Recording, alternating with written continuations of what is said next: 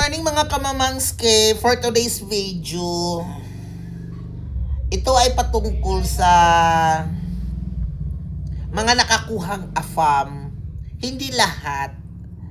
Kasi mayroon akong isang lugar na napuntahan. May sa part ng Leyte. Mayroon isang lugar doon o isang barangay na tinatawag nilang Little America.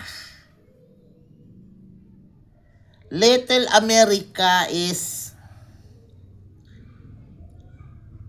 lahat ng kababaihan, halos ang mga anak-anak nila ay nakakuha ng AFAM. Sa pamamagitan ang tumambling sa camera. Yung sinasabi kong lugar na yan, kilala ko, alam na alam ko ang lugar.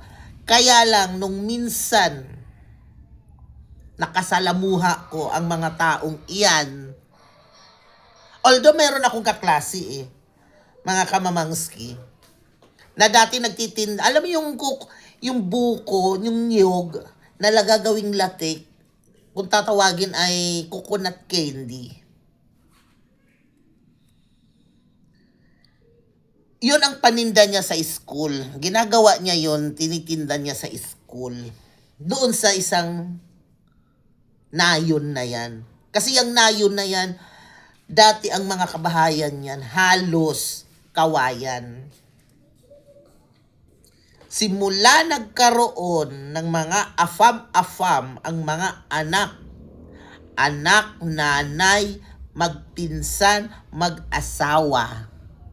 Pag may AFAM, lalo na pag may asawa, pag may AFAM, ipapakilala kapatid, pinsan.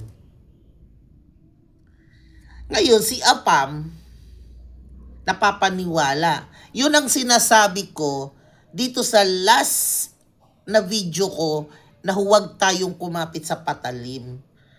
Kasi, pag kumapit tayo sa patalim,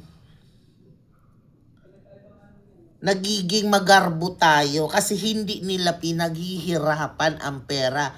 Isang buka, dollar. Real talk, mga kamamangski. Ganon ang mga panuntunan nila sa buhay.